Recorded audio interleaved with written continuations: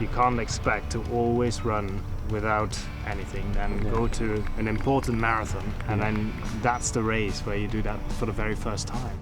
You're not building a nutrition schedule and a training program for no reason. You're doing it to be competitive and to do better.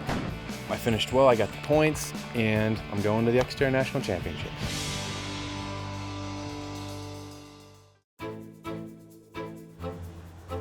This is where the best of the best as far as Xterra races go in the United States. I didn't think I was going to get here, actually, and I had a rough race at Indian Peaks, but was able to sort of squeeze in a race in Peoria, get enough points, and slide into this race, so I'm really just stoked to be here. I love having my family here. Just a real uplifting thing. You know, Trista usually comes to all these, but the kids don't get to come to very many, so to have them here is pretty special. Ryan is such a huge competitor that he has to do well. I'm always trying to be a supporter of whatever he wants to do. We watched him fall in love with Trista. We have Ryan Sutter, who you might know him as a football player, a firefighter, a former bachelor. That's all they really know is I was on television, and my wife chose me out of 25 guys, so that doesn't really give you much of an endurance sport reputation. For me, there's always this kind of, I guess, chip on my shoulder where I just want to go out and demonstrate that there's more to me than that. I am an athlete, and that, you know, I'm not here just because, you know, someone wants to take pictures of me. I've gained a tremendous amount of respect for the people that I race with, and so I'm constantly trying to prove that I belong here. It's a brutal course. 1 mile swim, 30-kilometer mountain bike, climbs 3,600 feet, and a 6-mile punishing trail run. Got nearly 4,000 feet of vertical climbing at altitude. Even the downhills are tricky because they're so fast. Yeah, it's a challenge. It's gonna be hot here, so that compounds the fact that I sweat a lot anyways. I'm gonna be really conscious of how much fluid I'm taking in, making sure that I'm not setting myself up for cramping issues. This is all of the best Xterra athletes in the country. I'm gonna go as hard as I can and see how it all turns out. I'm hoping to come in under 3 hours. It seems like a realistic goal.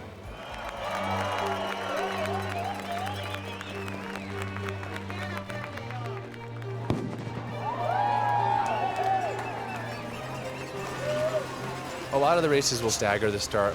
This was everybody at once. So you're kind of getting bumped around and you can never really get into a rhythm.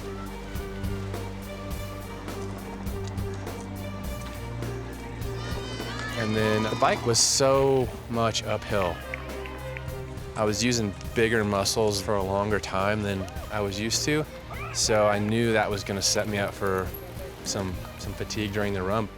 Usually in a race, you'll have a couple opportunities to hydrate. This only has one aid station on the bike, so it's limited.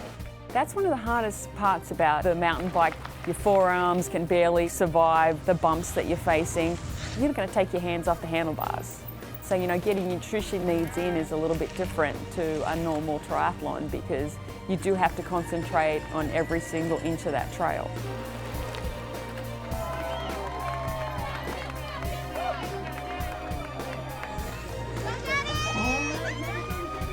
And the run is like straight up, so you're going from legs that are tired to trying to get them to go uphill.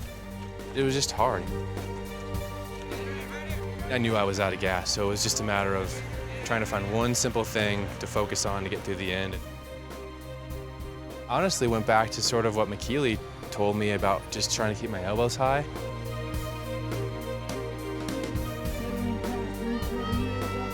It makes you feel good to finish it when it's that hard, but it's kind of frustrating when you've set some sort of goals that you wanted to achieve and, you know, those aren't really happening. It's the national championship race for a reason. Is that not going to make it easy? And it definitely wasn't. I kind of know when things are starting to sort of circle the drain in the wrong direction. On the descent, I crashed, and then there's a short little climb. I started to kind of cramp up on that. It seems to me what's happening is whenever I try to introduce something into my system, I'm so dehydrated that it's kind of too late, and my stomach sort of gets shocked. I just sort of came to grips with the fact that the race wasn't going to be what I had hoped at the onset, but that I could still finish it. So I was going to make the most of it, but man, it was a bit of a sufferfest. This season isn't over. I still have the Rev 3 coming up and New York City Marathon. When it comes down to it, you can be given all these opportunities and this sort of knowledge, and in the end, it's just up to me to find the time to do the trainings that are suggested, to work on the nutrition side of things. You sort of have to whisper in your own ear to say, hey, bring a little extra Gatorade and let's train your stomach to absorb it during the run. We're really starting to get into the tough part of this challenge. You got to get it all dialed in or you're going to feel it. He's so far past that reality star stuff in our world. You know, he's proven himself. He's gotten the dirt. He's mixed it up with everybody. He's just one of us. He's part of the tribe. Now that we're over halfway through the events, I still have advice coming. So there's still a lot of opportunity to get better. Today I'm working with Chris Lee, who's going to give me some tips for an upcoming Rev 3 triathlon I've got. People need to realize that training has a purpose. You want to get the most out of your training as possible, especially people like me who are trying to squeeze this into already busy lives. Don't go easy on them now. No, there's no way. I don't like going easy.